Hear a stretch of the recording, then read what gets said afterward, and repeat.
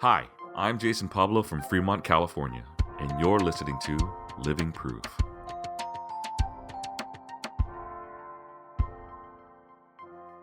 When a crisis overwhelms our life, questioning God's decision might come across our mind, and it's easy to think that nothing good will ever come out of the situation. But when Brother Mark Vasquez experienced the biggest tragedy of his life, he chose to keep believing in God's power and has witnessed firsthand that God works for the good to those who continually love and trust in God. Brother Mark Vasquez is here with us on Living Proof. Hi, Brother Mark. Hi, Brother Jason. So, a year ago, while you were in the Philippines studying at the College of Evangelical Ministry, you were in a car accident, right? Yeah. But now, you recently graduated from the College of Evangelical Ministry. Yeah. Right now, I'm assigned in the local congregation of West Palm Very Beach in nice. southeastern seaboard. Well, you're married now, correct? Yes, I got married last February 5th. Well, you don't have to tell me. I was there. It was a Yes. beautiful wedding. Yes, I was there. Thank you. Thank you for letting me and my family be a part of your very, very special day. So, a year ago today, did you ever think your life would be like this at this, you would be where you are at this point? No, definitely not. A year ago today, I would never imagine my life to be what it is now. Well, tell us why. Well, a year ago today, I was still recovering from an accident I was in. Um, After the New Year's countdown last year, my friends and I, we made the decision to go to a concert. We all made that decision ourselves, personal decisions to go enjoy a concert. And then while we were there on the way home, our car overheated and we were riding together on the highway. Mhm. And it was a pretty empty highway. So, there's not that many cars. Cars are going pretty fast. But our car overheated. So we decided to pull over to the side of the road. Mhm. And then while we were on the side of the road, one of us was sleeping. One of my friends was sleeping still in the car. Three of us Mhm. got out to see what was wrong with the car. Right. And then from there, that's when we saw that the car needed, the car overheated, so it needed water, and we didn't Mhm. have any on us. So we called somebody. And then while we were waiting right next to the car, a drunk driver slammed into the back of our car. And Wow. according to police reports, he was going over 100 miles an hour. Mhm. And since we're standing right next to the car, um, our car, which was hit by this drunk driver, Right. it slammed against us. And we Wow. were right next to the highway railing. Did you blank out, or did I you black actually out? remember everything. There wasn't a You moment do. that I blinked out. I remember exactly what I thought in my mind after I was hit. Mhm. I was flipping in the air, Oh and gosh. yeah, and then I remember everything I was thinking at the time too. Um, as soon as I landed, all I heard was screaming from one of my friends Mhm. that wasn't seriously hurt, Right. and he was yelling the name of my friend that was still in the car. Mhm. And then me, I figure I didn't hear the other one that I was standing next to. Mhm. The one that I was standing next to was Brother Elson. Mhm. I couldn't hear him, and I figured since my other friend, Brother Ryan, was going to check on Brother Justin, Mhm. I was going to go check on Brother Elson. Mhm. But when I tried to get up, I couldn't feel anything from my waist down. I Mhm. couldn't feel either of my legs. Mhm. So that's when, I guess, panic set in. Mhm. And it was pitch black because it was 3 o'clock in the morning and there's no lights on the highway. Mhm. So that's when I just prayed. I didn't have a phone on me because I was holding my phone when I was hit by the car. Oh, So jeez. I just prayed, Mhm. and I remember my body was shaking, and I felt like at that moment that I was dying. I remember thinking to myself while I was praying. I remember asking God. I said, "Oh, is this what it feels like to die?" Mhm. Because I couldn't feel anything, and my body was in such in shock. And then the first thing that I thought after that was, if I do survive, what kind of life would I live without legs? And then I just prayed. I just prayed really hard. And the doctor that I had, orthopedic surgeon, who was responsible for helping me have my bones healed from an accident I was in, he told me he didn't know what to do with me. Mm-hmm. Uh, Straightforward, him and also another doctor told me that the infection that was in my leg, they had no idea how to cure it, that they've never seen it before, so they didn't know what to do with me. Right. So at that situation in my life, it was hard to imagine myself even walking because Yeah. I wasn't mobile at all with my right leg at that time. Mm-hmm. I wasn't able to put much weight on it, so crutches and a wheelchair. That's what my future looked like at that time. And with the doctors, they're the experts, and yet them not knowing, you know, what to do with you. What was that like? How did you cope with that type of news? That's one of the hardest things to deal with because I didn't realize it until I was a patient. But doctors, they have a lot of power on the patient. As Oh yeah. soon as they walk into the room, as someone in the hospital, you wait for whatever the doctor's going to say. So whatever the doctor Right. says, you put so much weight on it. So naturally, I trusted whatever the doctor said. Right. But once I heard that he said I didn't know what to do with you, that was a cue from God, basically saying He doesn't know what to do with you, but I do. So that I felt like that was also God asking me to trust in Him more, or telling me to trust in Him more. Where do you go from there? Or how do you turn your trust into God and say, God, I don't know these answers. I'll just wait for you. I mean, is that what it came to for you? Yeah, it's a battle at that point. I think Right. That's a good way to because put it. It is a battle. a lot of people, in an outside point of view, it's easy to say, "Oh, just pray, just trust in God," and that's the right Mhm. advice, and that's exactly what we should hear. But the person who's experiencing it at the time, it's hard Oh yeah.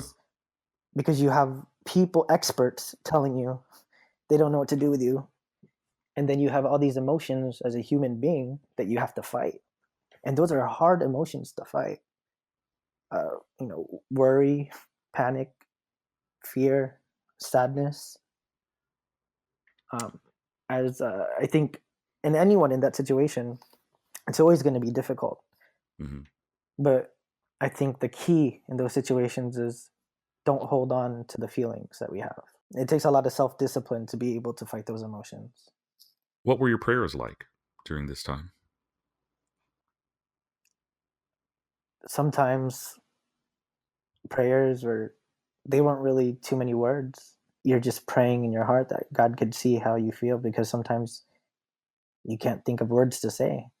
I think the hardest thing for me at that point was comparing my life of what could have been compared to what was actually going on. Did you ever understand in your mind and in your heart that, okay, maybe God has something different in store for me? Did Oh that yeah, ever cross your mind? definitely. There was Mhm. one verse of the Bible that I kept on reading because I knew it would make sense later. It's Exodus 13:17. It says there that the Israelites, God made them purposely take the long way into Mhm. the promised land. Hmm. And the reason why is if he made them take the shorter way, then they would find out, they wouldn't have to fight. Mhm. Um, so basically, he made them take the long way so that they would fight. And I Mhm. remember thinking to myself when I would read those verses before, I was like, God's just making me fight something. He's trying to take me to a journey. He wants to teach me something in life. And I figured if I were to complain, I would never learn. I would never learn what God wanted to teach me. Mhm. But because I went through that, I hope, God taught me something through that time that I would eventually use in my life. Um, you are one of two who survived. Um, do you have survivor's guilt? Some sort of PTSD, some sort of depression that you experience? Tell us about that. when it comes to surviving, I do have a there were a lot of questions that I asked myself, Hmm. and sometimes I would ask God them, but not necessarily that I wanted an answer. It's just things that came to my mind. I'm not too sure if this is guilt, but I would always wonder, I was like, why did I have to be the one to survive? It should have been me who passed away. Especially, those brothers who passed away in those accident. I know them personally, and I know their personal life. So sometimes I think about mine, and I didn't deserve to survive that. Hmm. Who am I? And I know these guys were, if I could say, I'm definitely no judge, but I would say these guys are way better people than I am. Yeah, you're But only human, right? You want it. There are some points where you just want to ask why. yeah. How do you cope with all of these things, even today? Oh, now, what I tried to try my best to do is I always try to remember stories Hmm. of, we see it on incmedia, we see it on INC TV, we hear about them all the time, stories of people who've gone through things. And in as much as I might be one of those people that survived something tragic, Hmm. other people who survived are my inspiration. you know uh, for example, like I know you, brother Jason, and I know that when you went through something, I could honestly say, when I was in the hospital and I was by myself, I would always think, I was like, how did he do it? How did he Wow. survive being in the hospital? Because being in the hospital is not fun. And then you think about other people, and those things kind of inspire you, and you tell yourself, well, I could do it too, because I have the same God that he does, or I have Mm. the same God that she does. Well, brother Mark, you're definitely an inspiration to me. I mean, let me ask you this, brother Mark. What are some of the miracles, whether it be big or small, that you experienced throughout this ordeal? I think it's a miracle that I'm alive, for one. Even the doctors who saw what happened to me and asked me what happened, when I explained to them what happened, they said, you should definitely have more injuries than just this. I realized at this point too, in my life, sometimes miracles are relative to people. Like, they might seem possible to other people, but you, in that situation, it definitely seems impossible.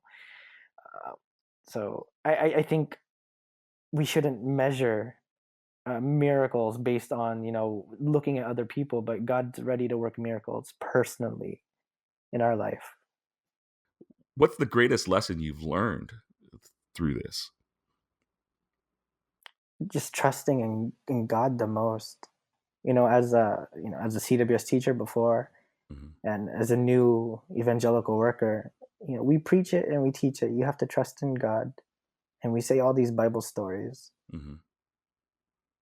But I think in everyone's life, one time or another, He's gonna make us live a story too, and He just wants it to be a story that has a wonderful ending, if we just do what was always taught to us, and if we just trust that his plans are way better than our own. Who is God in your life? We hear it all the time throughout the worship services. We hear that, God is the Father. We learn so many facts about him, but during those experiences, when life brings us to the lowest points, I think all of us, during those times, I think all of us have a great chance to develop a great relationship with God. Hmm. I don't mean to say that to sound, I don't mean to sound Protestant in a way, where like, oh, it's all about your personal relationship with God. But definitely, I mean, as as members of the church, our we do have a God that loves us so much. And in those moments where we're at our lowest, I believe that God becomes our best friend, Hmm. and he is there next to us, telling us he's there, and he wants to see how much we trust in him, and he wants to see how much we depend on him. I mean, I'm pretty sure, brother Jason, because I'm not a parent yet, God willing, I'll be one day. But from what I understand, when you're a parent, it's one of the most awesome feelings, supposedly, whenever your Mm. child, like, depends on you and looks for you for help, right? Most definitely. Yeah. So I assume that God wants to feel that in us, that he wants to see how much we need him and how much we rely on him, and he wants to see how much we love him in those moments. So I believe that God is someone who just wants to see how much we love him too, and we could do that and show him that by obeying him and always asking for his help. You know, he's not like people who get tired of giving help. He's always ready to give it to us. And as much as we don't deserve it, because I could honestly say I don't deserve any kind of help from God, but yet he's more than kind to us, and he gives us even more than what we ask for. Well said. I mean, I know it's only been a year, but to be able to share this story probably wasn't easy. But at the same time, I love the fact that you're able to share this with us, because it is inspiring, not only to hear firsthand how you're doing, but to be able to share with the people who are listening to this podcast, can hear, how you are doing as well. And I want to thank you for joining us here on Living Proof. Thank you.